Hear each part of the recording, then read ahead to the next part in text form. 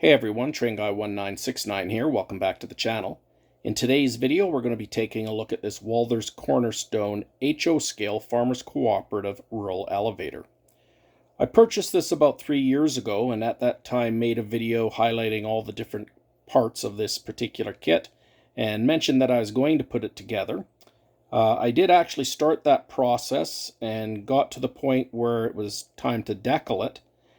But unfortunately, the decals simply didn't seem to stick as well to the surface as I had hoped they would. I think the biggest problem might have been the paint that I had been using. So I decided to switch it up a little bit and paint it with a different type of paint.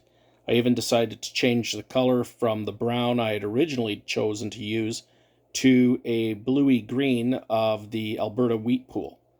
I do have the decals for that. I simply haven't put the decals on yet. And so I'll be doing that hopefully in the next couple weeks. And at that time, I'll have a video of that particular elevator to show you. But what I have for today is another elevator that I was able to get off of eBay. So I'd gone online, was checking to see what people had to offer, and I found one that unfortunately was missing this bin portion of it, as you can see there in the picture. But it had everything else. And I thought, well, for 20 bucks, it was a great deal. It did need a little bit of work. It had been put together, but it hadn't been painted. And so I said, what the heck, let's get it and see what we can do with it. And so after a little bit of work on it, this is what I ended up with. So here we have a United Grain Growers elevator. This is the paint scheme probably from the 1970s, 1980s. I think it's turned out quite well. Looks pretty nice. The only problem is that it was missing a couple of parts. So you can see these doors here on the front are the doors that actually came with the kit. But it was missing the doors for the back. So these I ended up using cardboard for.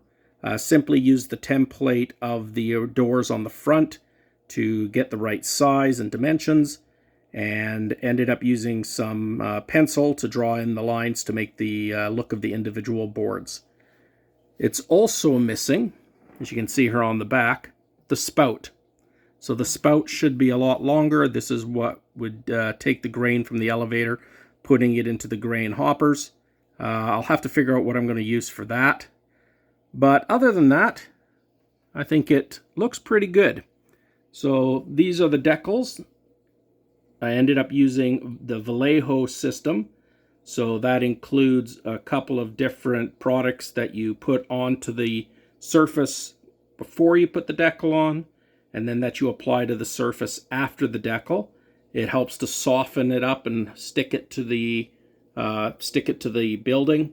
And as you can see, it kind of looks like this has been painted on. As you can see the lines of the siding right through the decal.